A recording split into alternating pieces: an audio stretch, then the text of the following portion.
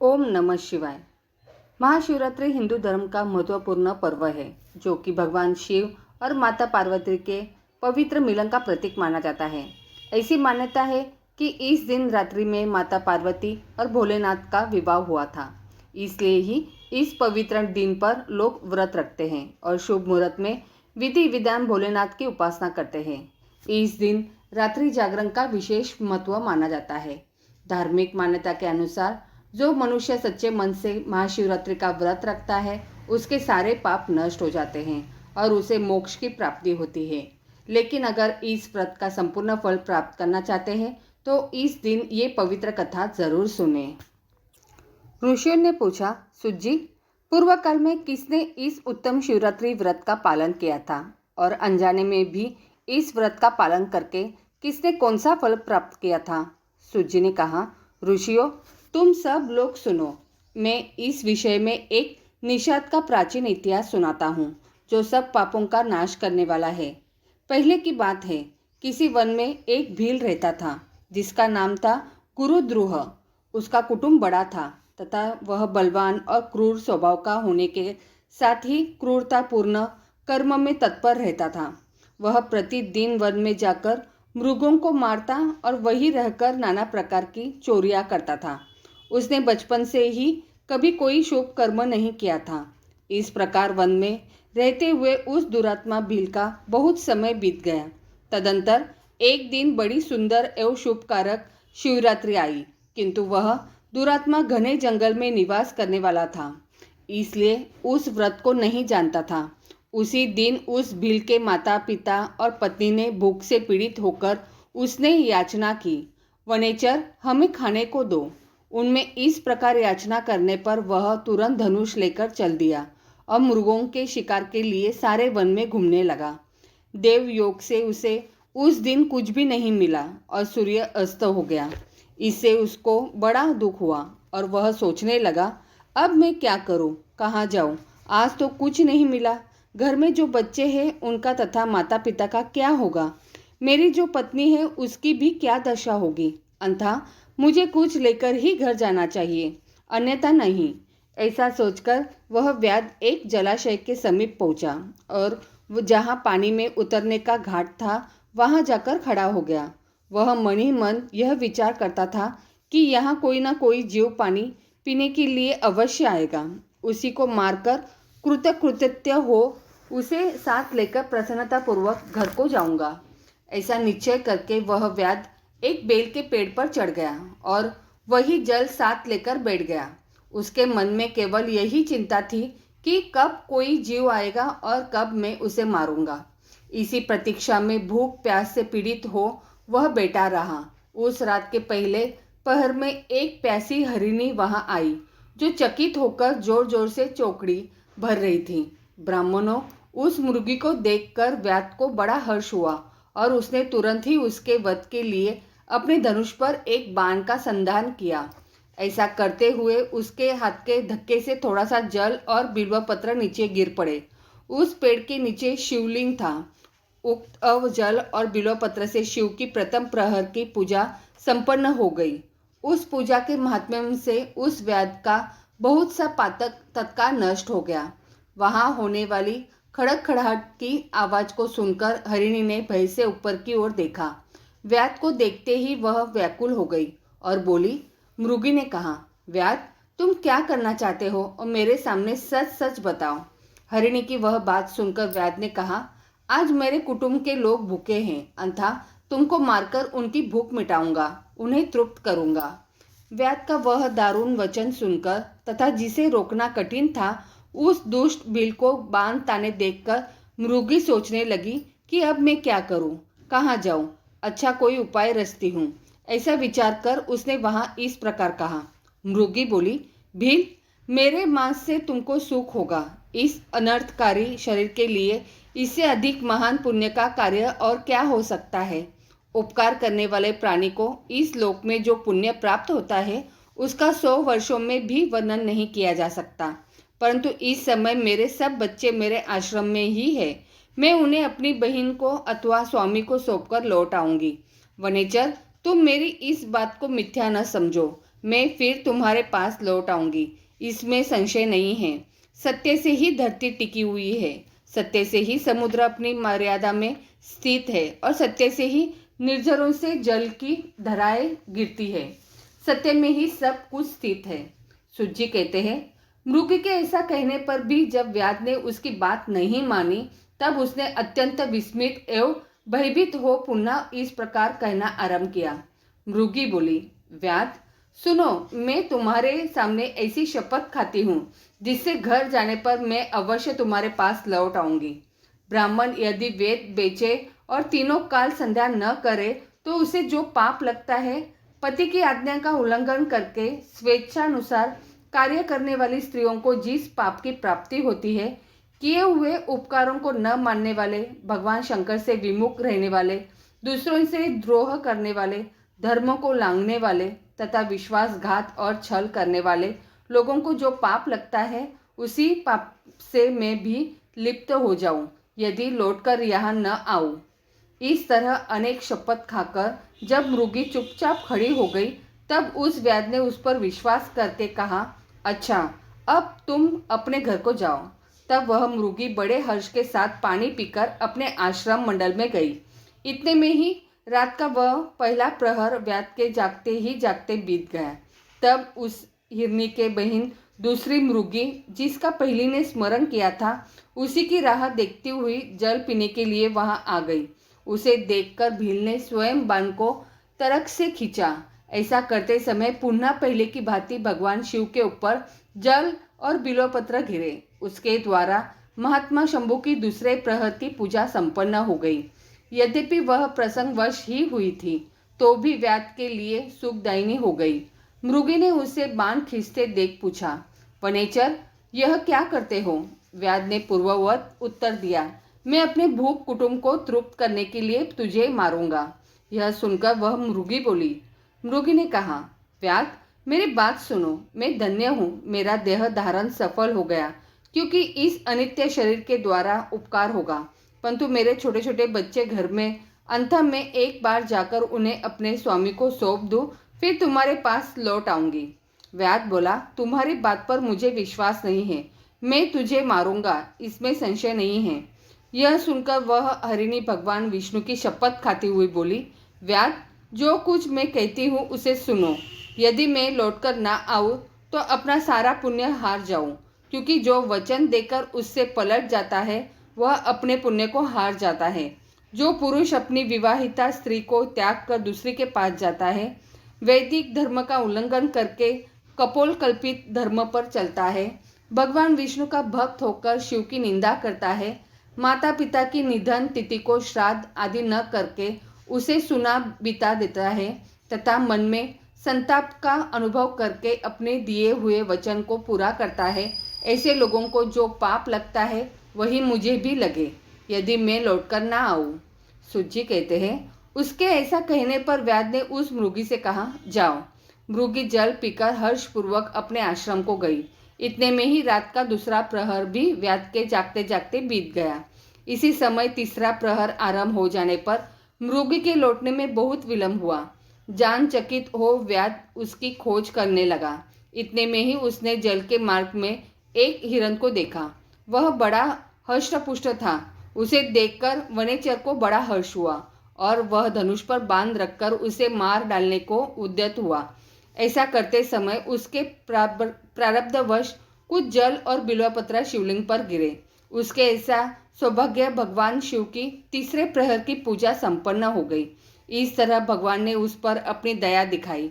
पत्तों के गिरने आदि का शब्द सुनकर उस मृग ने व्याध की ओर देखा और पूछा, क्या करते हो? व्याध ने उत्तर दिया, मैं अपने कुटुंब को भोजन देने के लिए तुम्हारा वध करूंगा। व्याध की यह बात सुनकर हरिण के मन में बड़ा हर्ष हुआ और तुरंत ही व्याध से इस प्रकार बोला। हरिण ने कहा, मैं धन्य हूँ, मेरा हृष्ट पुष्ट होना सफल हो गया, क्योंकि मेरे शरीर से आप लोगों की तृप्ति होगी। जिसका शरीर परोपकार के काम में नहीं आता उसका सब कुछ व्यर्थ चला गया। जो सामर्थ्य रहते हुए भी किसी का उपकार नहीं करता है उसकी वह सामर्थ्य व्यर्थ चली जाती है तथा वह परलोक में नरकगामी होता है। परंतु एक बार मुझे जाने दो, मैं अपने बालकों को उनकी माता के हाथ में सौंपकर और उन सबको धीरज बंधाकर यहाँ लौट आऊँगा। उसके ऐसा कहने पर व्याध मन ही मन बड़ा विस्मित हुआ। उसका हृदय कुछ शुद्ध हो गया था और उसके सारे पाप पुंज नष्ट हो चुके थे। उसने इस प्रकार कहा। व्याध बोला, जो जो यहाँ आए वे सब तुम्हारी ही तरह बातें बनाकर चले गए, परंतु वे वंचक अभी तक यहाँ नहीं लौटे हैं। मृग, तुम भी इस समय संकट में हो, इसलिए झूठ बोलकर चले जाओगे। फिर आज मेरा जीवन निर्वाह कैसे होगा? मृग बोला, व्याध, मैं जो कुछ कहता हूँ उसे सुनो। मुझ में असत्य नहीं है। सारा चराचर ब्रह्मांड सत्य से ही टिका हुआ है। जिसकी वाणी झूठी होती है उसका पुण्य उसी क्षण नष्ट हो जाता है। तथापि भील, तुम मेरी सच्ची प्रतिज्ञा सुनो। संध्या काल में मैथुन तथा शिवरात्रि के दिन भोजन करने से जो पाप लगता है, झूठी गवाही देने, द्रोह करके हड़प लेने तथा संध्या न करने से द्विज को जो पाप होता है, वही पाप मुझे भी लगे यदि मैं लौटकर न आऊं। जिसके मुख से कभी शिव का नाम नहीं निकलता था, जो सामर्थ्य रहते हुए भी दूसरों का उपकार नहीं करता, पर्व के दिन श्रीफल तोड़ता, अभक्ष्य भक्षण करता तथा शिव की पूजा किए बिना और भस्म लगाए बिना भोजन कर लेता है, इन सब का पातक मुझे लगे यदि मैं लौटकर ना आऊं। सुज्जी कहते हैं, उसकी बात सुनकर व्याध ने कहा, जाओ शीघ्र लौटना। व्याध के ऐसा कहने पर मृग पानी पीकर चला गया। वे सब अपने आश्रम पर मिले। तीनों ही प्रतिज्ञाबद्ध हो चुके थे। आपस में एक दूसरे के वृत्तांत को भली भांति सुनकर सत्य के पास से बंधे हुए उन सब ने यही निश्चय किया कि वहां अवश्य जाना चाहिए। इस निश्चय के बाद वहां बालकों को आश्वासन देकर वे सबके सब जाने के लिए उत्सुक हो गए। उस समय जेठी मृगी ने वहां अपने स्वामी से कहा, स्वामीन, आपके बिना यहाँ बालक कैसे रहेंगे? प्रभु, मैंने ही वहां पहले जाकर प्रतिज्ञा की है, इसके लिए केवल मुझको जाना चाहिए। आप दोनों यही रहे। उसकी यह बात सुनकर छोटी मृगी बोली, बहन, मैं तुम्हारी सेविका हूँ, इसलिए आज मैं ही व्याध के पास जाती हूँ, तुम यही रहो। यह सुनकर मृग बोला, मैं ही वहां जाता हूँ, तुम दोनों यहाँ रहो, क्योंकि शिशुओं की रक्षा माता से ही होती है। स्वामी की यह बात सुनकर उन दोनों मृगियों ने धर्म की दृष्टि से उसे स्वीकार नहीं किया। वे दोनों अपने पति से प्रेम पूर्वक बोली, प्रभु, पति के बिना इस जीवन को धिक्कार है। तब उन सब ने अपने बच्चों को सांत्वना देकर उन्हें पड़ोसियों के हाथ में सौंप दिया और स्वयं शीघ्र ही उस स्थान को प्रस्थान किया जहां वह व्याध शिरोमणि उनकी प्रतीक्षा में बैठा था। उन्हें जाते देख उनके वे सब बच्चे भी पीछे पीछे चले आए। उन्होंने यह निश्चय कर लिया था कि इन माता पिताओं की जो गति होगी वही हमारी भी हो। उन सबको एक साथ आया देख व्याध को बड़ा हर्ष हुआ। उसने धनुष पर बांध रखा। उस समय पुनः जल और बिलोपत्र शिव के ऊपर गिरे। उससे शिव की चौथे प्रहर की शुभ पूजा ही संपन्न हो गई। उस समय व्याध का सारा पाप तत्काल भस्म हो गया। इतने में ही दोनों मृगिया और मृग बोल उठे, व्याध शिरोमणे, शीघ्र कृपा करके हमारे शरीर को सार्थक करो। उनकी यह बात सुनकर व्याध को बड़ा विस्मय हुआ। शिव पूजा के प्रभाव से उसको दुर्लभ ज्ञान प्राप्त हो गया। उसने सोचा, ये मृग ज्ञानहीन पशु होने पर भी धन्य है, सर्वथा आदरणीय है, क्योंकि अपने शरीर से ही परोपकार में लगे हुए हैं। मैंने इस समय मनुष्य जन्म पाकर भी किस पुरुषार्थ का साधन किया? दूसरे के शरीर को पीड़ा देकर अपने शरीर को पोसा है। प्रतिदिन अनेक प्रकार के पाप करके अपने कुटुंब का पालन किया है। हाय, ऐसे पाप करके मेरी क्या गति होगी, अथवा मैं किस गति को प्राप्त होऊंगा? मैंने जन्म से लेकर अब तक जो पातक किया है उसका इस समय मुझे स्मरण हो रहा है। मेरे जीवन को धिक्कार है, धिक्कार है। इस प्रकार ज्ञान संपन्न होकर व्याध ने अपने बाण को रोक लिया और कहा, श्रेष्ठ मृगो, तुम जाओ, तुम्हारा जीवन धन्य है। व्याध के ऐसा कहने पर भगवान शंकर तत्काल प्रसन्न हो गए और उन्होंने व्याध को अपने सम्मानित एवं पूजित स्वरूप का दर्शन कराया तथा कृपा पूर्वक उसके शरीर का स्पर्श करके उससे प्रेम से कहा, भील, मैं तुम्हारे व्रत से प्रसन्न हूँ, वर मांगो। व्याध भी भगवान शिव के उस रूप को देखकर तत्काल जीवन मुक्त हो गया और मैंने सब कुछ पा लिया, यो कहता हुआ उनके चरणों के आगे गिर पड़ा। उसके इस भाव को देखकर भगवान शिव भी मन ही मन बड़े प्रसन्न हुए और उसे गृह नाम देकर कृपा दृष्टि से देखते हुए उन्होंने उसे दिव्य वर दिए।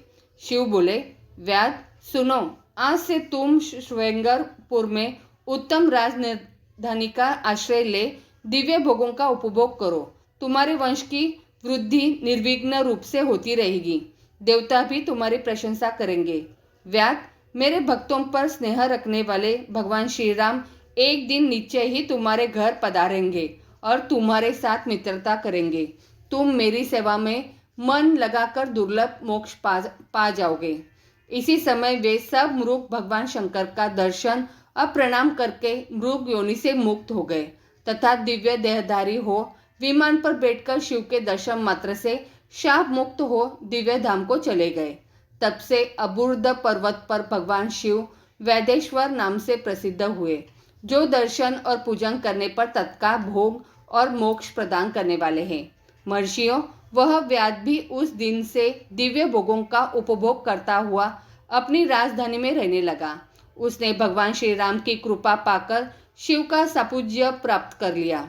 अनजाने में ही इस व्रत का अनुष्ठान करने से उसको सायुज्य मोक्ष मिल गया।